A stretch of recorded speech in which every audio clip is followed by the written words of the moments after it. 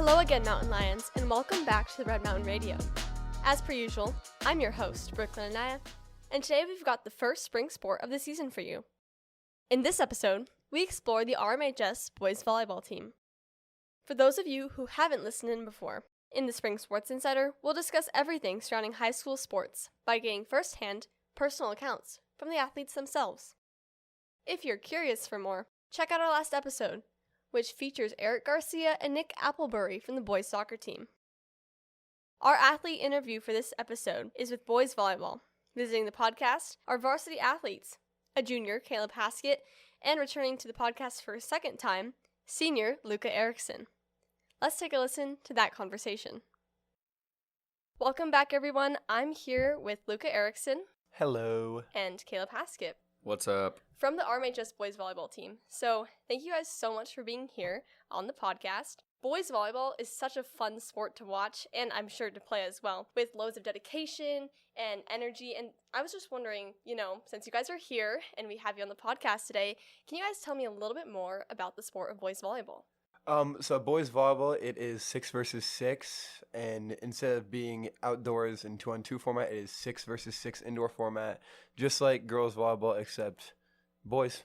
Just simply, we get together, we practice. It's a really fun environment. All of the players are really nice and exciting. We all love to play together, and we always try to get each other better.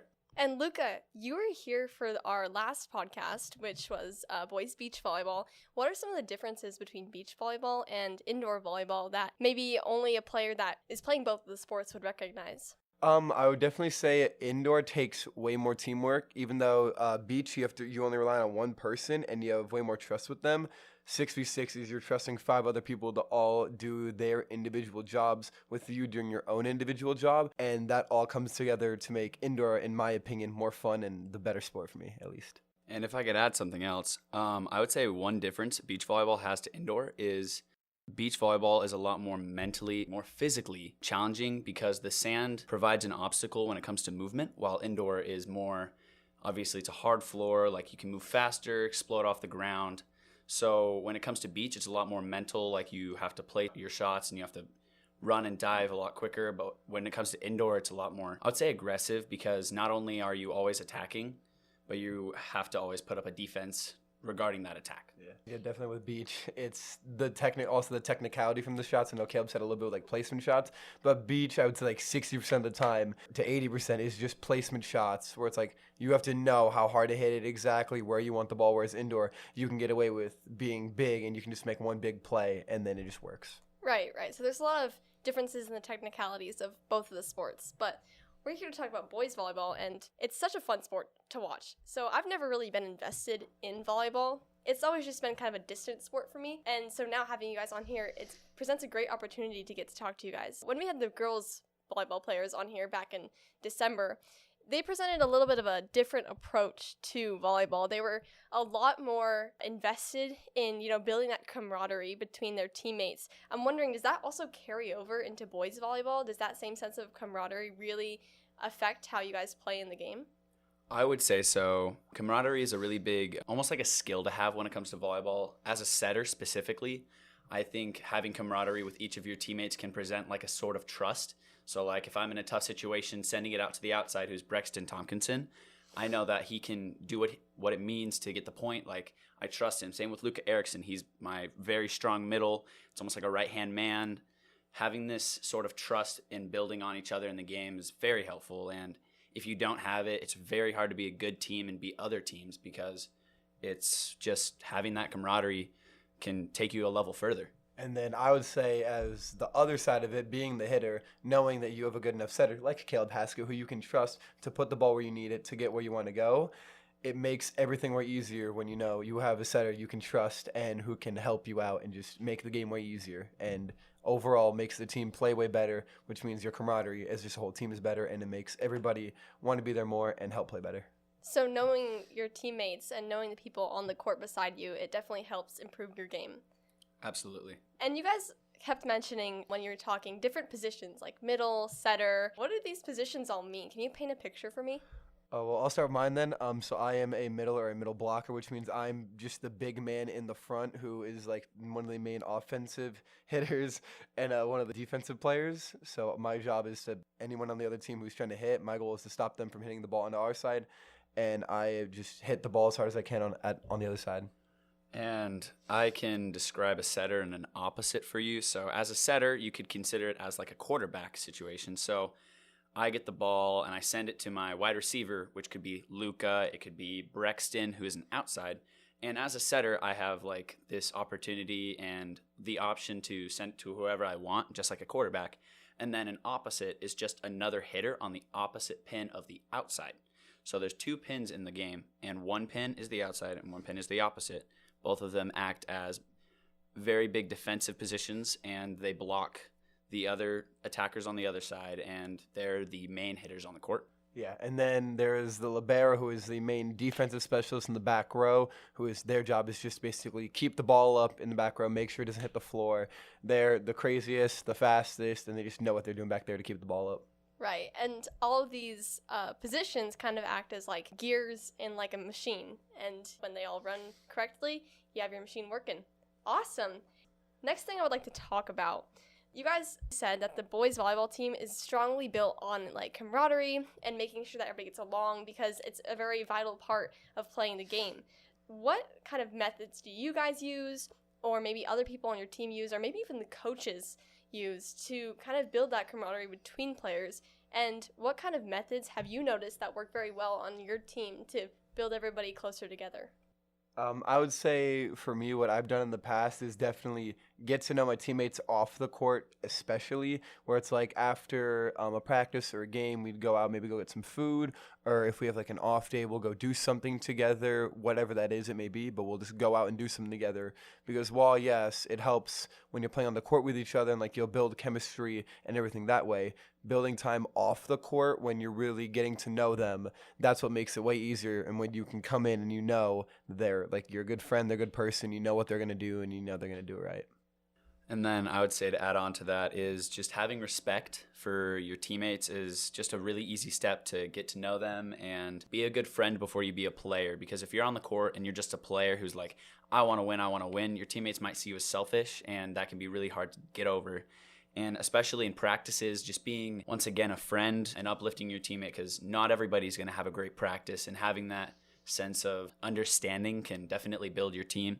And I would say the coaches, as far as like building your team, our coach he sets a challenge for us, and it's if we beat a team and they never get above 15 points, in each set, he gives us ice cream. And we did that in our second game, and we all spent the last 30 minutes of practice eating ice cream, just laughing, having a lot of calories, which is so great for a sport. It's just a really simple, fun way to get to know each other and just disregarding being a player for a second and being each other's friends. So you could say that boys volleyball players are very food motivated? Yes, I would say we're definitely very food motivated. I would say just in general, when we've always been mentioned with food, I would say in practice 9 out of 10 times that has definitely motivated us to play way better. Yeah, as he already said, we get food after games. Normally we go to In-N-Out, which absolutely wonderful place to go. Cheap food, a lot of it's wonderful. Wonderful. We're playing Chandler today. They're number 10 in the state. Oh, my goodness. We're gonna win. We're gonna win. Just kidding, don't put that in there. Well, I'm putting that in there. We're gonna win. We're gonna win 3-1. My prediction: we're gonna win 3-1. I think we're going 3-0. I want to go 3-0. I want to go 3-0. I know we're good enough. He has doubt. I don't have doubt we're gonna win. I feel like because it happens a lot where we get arrogant and cocky, and I feel like if we win that first set, they might surprise us and win the second. Because that happens a lot. True. Arrogant. Wow, that's a strong word to describe. No, I would definitely say, especially for me, that's happened at times where I've played teams who I thought were going to be good, and then we beat them in the first set, and I'd be like, oh, okay, never mind, they're not as good as we thought, and then we stop trying as hard, and then they play second set way harder because, they're mad from losing the first set, and then we just don't pay attention, we lose. So keeping that same intensity is probably really important for maintaining that kind of winning streak you have in volleyball and not letting, your wins or your losses get into your head as you keep playing those sets. Would that be a correct assumption? I would say so. So a lot of teams, they get relaxed. And as our team has been in this situation, sometimes in practice we get a little bit too lenient since we're 3-0. Like, that's a fine record. Like, we haven't lost, but it's still really early into the season. We haven't had a lot of, like, I would say tribulation, like nothing too crazy. And we haven't played anybody crazy yet. So if we get too relaxed, the odds of us losing is way higher because we might get surprised in a game. And when you get surprised, normally you kind of lose a sense of emotion. And if you don't have that mental aspect going into a game or that sense of like intensity, you might spiral a little bit on the court, which when you need to have every player working in camaraderie, like just having intensity constantly and never laying off the gas, I would say just having that intensity works. Right. And that's important not just in volleyball, but in every aspect of sports. In soccer and tennis, you have to keep your kind of mindset focused and game ready the entire time. Now, switching gears, let's talk more about you guys as individual players, as yourselves. And one thing that always warms my heart to hear from athletes is how they got into their specific sport. What kind of got yourself into boys volleyball? It's not super popular like football is. It's kind of more of a niche sport. So what's the story behind that? How did you guys get into this? So at least for me, what happened is with the niche part is pretty funny. This was in middle school, I'd say 7th grade. When I found volleyball, I actually just got cut from the baseball tryouts. Ooh. So I was like, oh, what other sports are happening? And I saw boys volleyball. So I signed up for that thinking, oh, okay, you know what, let me just try it. My mom recommended it. Let's see how it is. And I fell in love with it immediately. I love the fast-paced play. I love the crazy plays that can happen. And overall, it just caught my attention immediately. And then after that, going into high school, I signed up for club. I signed up for everything I could because I just fell in love with the sport. And I would say my story of like getting to love the sport, when I was younger, I was very basketball and soccer rounded. I played those two sports, soccer for 11 years and basketball for 5. So I never really had this true grasp on volleyball. But my brother, on the other hand, he was a big mentor when it came to me in sports. He was very good at basketball as well, but he started playing volleyball when he was about, I would say, 15 years old, and I was 11. And I was just confused. I was like, what is this sport? He's never played it before. And he started playing it. He got really good. And I was like, wow, he looks so cool on the court. Like, I've never seen this before. It's such a different sport. Like, you don't really see this sense of teamwork. So then I would, like, play on the sideline. I would play with my dad. And then when I turned 12 years old, I started actually playing on a club team in California, by the way. And I slowly learned to love the sport. And over that time, I just kind of just kept playing and tried to gather all these people to play with me, and it's been a blast. Yeah, and Luca, you had a reaction to the California part. What elicited that? What is your beef with California people? Oh, no beef. It's the notorious joke, at least for club, is California has all the crazy club teams that are like number 1 in the nation, number 1 in their state at least, and they always have like the high, crazy, like kids who are like 6'9", 6'10", who can like jump 40, 50 inches, who are just monsters. So hearing that is just like, oh, those dang Cali kids. Yeah, California and Florida are 2 very large volleyball states. So when I lived there, it wasn't quite like you mentioned niche sport. In Arizona, it's a very new sport. Like beach volleyball was introduced my freshman year. So like it's a kind of a newer sport. It's building like traction. But in California, it's a pretty big sport. It's almost regarded as a similar sport to like basketball and football. Obviously not as mainstream as those 2 sports, but the players there, because it's been there so long, they just have the coaches, they have the funding, they have all this certain things. So California is regarded as a really like popular place to play volleyball. So that's they have those roots that are like well established. Oh, absolutely. Yeah, right. I would say so. And let's be honest, guys, California, I don't know what they feed their kids. Like, I don't either. It's crazy. The California kids are menaces. Like, and especially also foreign countries when they have their players, because I know, especially one kid on Long Beach, he is 17, 6'9". He's 18 now. Oh, he's 18. My bad. He's 18. But yeah, 17 on the national team though. 17 playing in the Olympics. No way. California kids get fed the same thing. Yeah, it's not right. Every player, no matter what sport you play for, it can be esports to underwater ballet. I don't know, but every player has some sort of routine or some sort of lucky charm that gives them that ability to do great in their game. If they don't do it, it's an off game. What kind of routine do you guys go through before your game to get prepped to win? Okay, so I would say the way I prep for a game, especially since we're on varsity, we have 2 games that we wait before, and I am not particularly the most focused, I would say, on the team. Luca could agree as he's nodding next to me. Just a little bit. So normally before a game, I try to like get all my excitement and energy out. Not in the sense of like physically, but more like mentally, because if I'm not like in a sense of like focus, I will not play good. Like I won't get on this, like, as you said, routine. Like if I don't like follow these certain things, I won't do what I need to do. So I normally try to like do all that. And then 10 minutes before we're allowed to get on the court, I will listen to music. Doesn't really matter what it is, as long as it's not country. I will.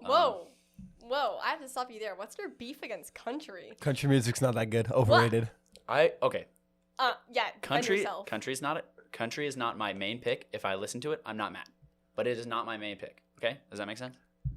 Sure. I can take away my diss. Luca has a diss though. I will not take away Why mine. are you dissing? I have tried You country live in the many Southwest. times. You can't hate country. But I can. You see, I grew up Serbian music since my like whole like a good culture of mine is Serbian. I've loved Serbian music and Serbian cultures. It's all fun, upbeat. And it's like I can't find the good, fun, upbeat country music because all of it just feels like knockoff Serbian music to me. Serbian? Yes, heavy Serbian music. I've never listened to Serbian music before. It's fun, upbeat, just like crazy music, and especially just hearing that, it's like just the way like both of them sound. This country just sounds slower and just like worse Serbian music. Luca's also just crazy. No. I agree with you. Yeah. No. So you listen to Serbian music to get locked in. I wouldn't say that. I'm just saying Serbian music is just a heavy background of mine, but no, I have my own certain playlist for like depending like if it's like more of a chill game that we're going to do, I have my own playlist for that. But if it's on own game where it's like we're playing a crazy good team, now I'm locking in for that. I want to win. I have my own playlist for that specifically. Also, just my main thing I would do is especially before a game, I'll sing my grandpa, as it sucks me because he never really got to see me play, so I always just think about that, think about him, and it's like I always just want to play good for my grandpa. Okay, well that's actually really sweet. But I can't stand by you on the country music thing. That kind of. I'll give you that. But no, it's mostly for my grandpa. I just miss him, and I just want to play good for him. I'm sure he'd be proud of you. I'm sure he'd be cheering you on the sidelines. Yeah. Yeah. A little bit disappointed though that you don't like country music. Okay. Yeah. You know, I just gotta say that. I've tried. Circling back, still on the track of you as an individual, but now more on the student athlete side. Luca you don't have a lot of homework now as a senior, huh? Definitely not. I would say it is way more relaxed in junior year because I'm being in Caleb's position last year, especially this time of year. I was getting ready for huge tests. I remember the ACT was coming up, all these big tests now senior year. I rarely have any work. I get to like relax a lot, and all that just like nice sense of relaxation has helped me actually probably get better at volleyball because I have more time to focus on it. Definitely this question is more for Caleb. Caleb, how do you balance that student-athlete combination, especially when you're in your junior year, which is rumored to be the hardest year of all school years? How do you kind of balance all of that? I would say it's definitely hard. You have to be on top of things.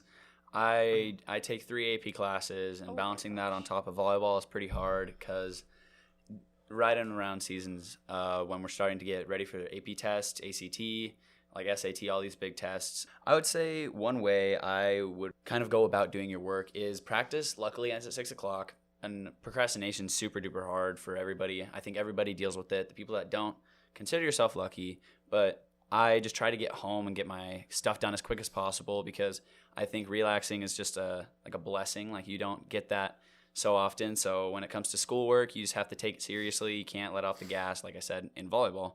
I would say it translates. Yeah. And, do your work in class whenever you have time at lunch, Obviously. Yeah. Do your work in class? I do my work in class, but when it comes to homework, I do that at home. Oh. I get mine done in class. That's why I have a lot of free time. But you're a senior. You can't really talk. Yeah. Still, there's still a good amount of work that we do. I know English. I'm not. English is actually one of my worst classes because the amount of essays and work we have to do is so dumb. But I have just been able to lock in and get it done, and then I have more time at home to relax. Right on. That's awesome. And now, to close it out, one thing that is probably the funnest thing to hear from every single sport, and I'm sure you guys will have lots of it, is lore, or stories from past seasons or this season that will stick with you throughout high school and after high school. What are some stories from boys volleyball that you'd like to share with our listeners? Okay, so I have 2 stories. One of them was against Perry, and the other one was against O'Connor. And the Perry game, I was back. I was serving against Ben Bray, who is a commit to GCU. He was pretty good, and my goal was to ace him. So I served hard. I'm a lefty, so I have a different spin on the ball, just like tennis. So I went back. I served the ball straight at him. He overpassed it, which means it hit his platform and bounced over the net. And then Brexton Tompkinson jumped up, and he hit the ball straight down under their libero's legs. That was probably one of the biggest points we had in our season because we were all so hyped. Perry was a great team. They were top 4 in the state. And I went back and I aced him again. So it was like, holy cow, our team's finally like, we're getting there. And then my second story was in the first round of playoffs, we were playing Sandra Day O'Connor, which is the number 1 seed in the state last year. I was front row. I wasn't the biggest setter then, and we got a free ball, and I set it to our libero, but then Luca Erickson steps in front of the libero to set me the ball, and we were not, by we, I mean everybody was not ready for that ball to come to me because I was the second smallest on that court, so jumping back off of 2 feet and still getting a kill, we were all so hyped. And the funny part is I got a kill on another D1 commit. His name is Finn Kearney. He plays for Hawaii. Oh my gosh. Which is the number 2 team currently in NCAA. It was such a vibrant game. We didn't win, but we had such a great time. We almost beat them. We were the 16th seed, so we didn't go in too hot. And just having this fun on the court, even while being this like underdog, was just absolutely fun. I've had a lot of head taps, or at least hitting kids in the head. Oh. Granted, they're all accidental, but some of them are very funny. I remember we were playing Shadow Ridge. He likes to do it purposefully, though.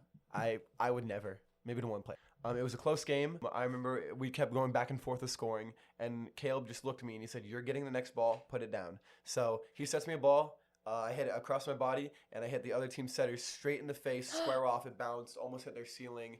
He got a bloody nose and everything, and we were all feeling bad. But like in the back of my head, I was like, easy.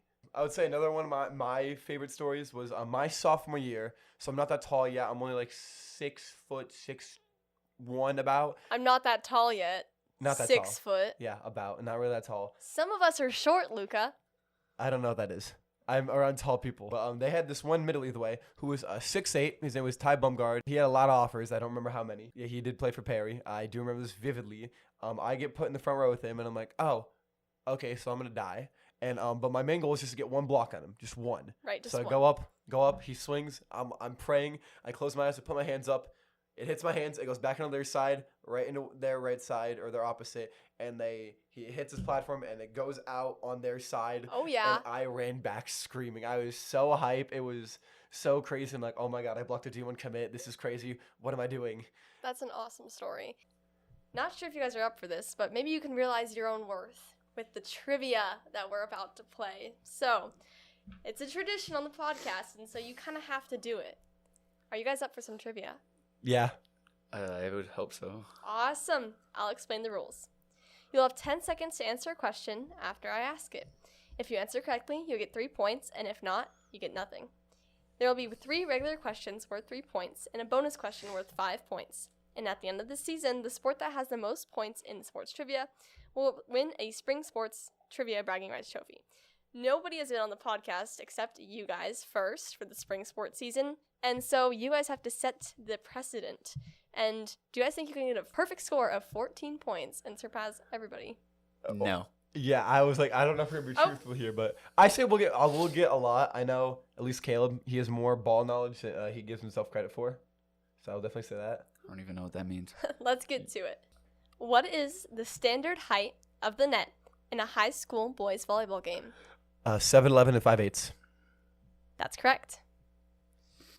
That is gracious. That is an ongoing joke since my freshman year, so I know that to the T. Awesome. All right, next question. 3 countries are tied for the number of the most gold medals in Olympic men's volleyball. Name one. USA. USA. That's correct. The rest is Brazil and Russia. I would have guessed France. I would have guessed Japan. I wouldn't say Japan. Japan's always been a runner-up. Yuji Nishishita has carried them to some gold medals. Yeah, but if you had a couple, That's he's only true. played for Yeah, about 10-ish years. That's true. This one is a little bit more of a niche answer, so let's see if you guys can get it. This player was indicted into the Men's Volleyball Hall of Fame.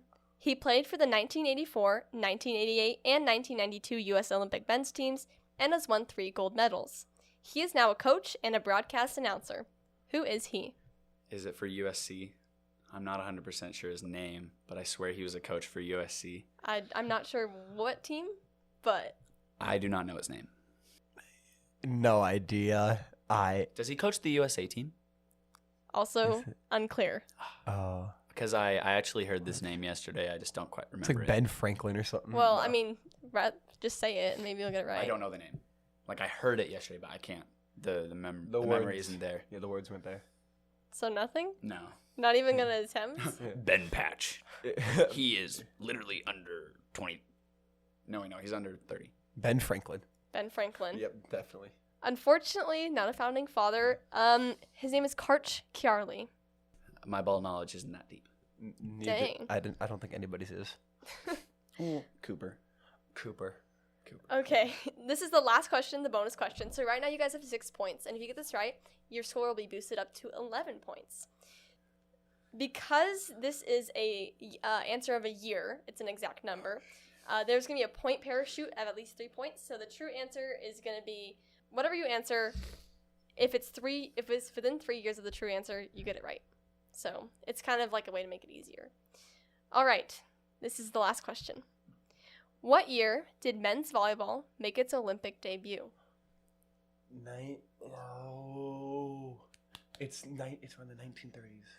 Frick, what year? Come on. Oh. Like 1930. Lock it in. I think I'm gonna go 1932. 1932. If you doubled it, you'd be correct. It's 1964. Was that late? Yeah. Wow. Men's I didn't know that. Men's volleyball did not get a lot of love in the Olympics until then. Luca Erickson, do not let him do trivias. Okay. Whoa. Well, I'm just kidding. you guys ended up finished with 6 points, which is not the worst that we've seen. Luca can attest to that. Oh yeah, me and Matthew Beach. No. 3 points. Wow. Yeah. So you guys, technically, you doubled, which is great. Well, thank you guys a lot for being on the podcast. You guys were really fun to talk to, and you guys had so many good insights on the sport of boys volleyball. So I hope this season goes amazing for you guys, and perhaps you'll win against Brophy or some of those hard teams that you guys are going to be playing. So, and if not, you're going to keep your intensity up, and you guys are going to do great. I know that for sure. So thank you guys for being on here today. Thank you for having us. Yeah, thank you for having us. Everyone, that was Caleb Haskett and Luca Erickson from the boys volleyball team. Boys volleyball's next game is on April 1st, at home versus Skyline. Junior varsity starts at 4:30, varsity starts at 5:30. Make sure to come out and support your RMHS boys volleyball team. Well, listeners, that's it for this week's episode. We heard some great stories and got great insight on boys volleyball with athletes Caleb Haskett and Luca Erickson. Coming up next time on the Spring Sports Insider, tennis. Tune in next time to get all the insights on the tennis team here at the Red Mountain Radio.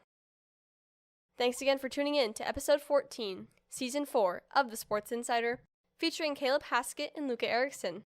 Thanks to them for joining me today. You can follow us on Instagram at Red Mountain Radio, spelled REDMTNRADIO, to receive updates on episode drops and fun behind-the-scenes insights. I'm your host, Brooklyn Anaya, and thanks again for joining me for this Sports Insider episode. Today's episode was written by Brooklyn Anaya. Our directors are Brooklyn Anaya and Connor Sampson. Our producers are Mr. Kelly from RMTV, Brooklyn Anaya, and Connor Sampson.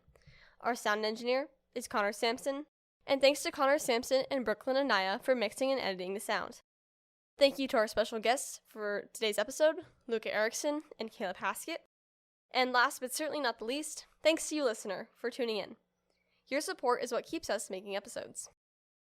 This was Season 4, episode 14 of The Sports Insider on boys volleyball by the Red Mountain Radio.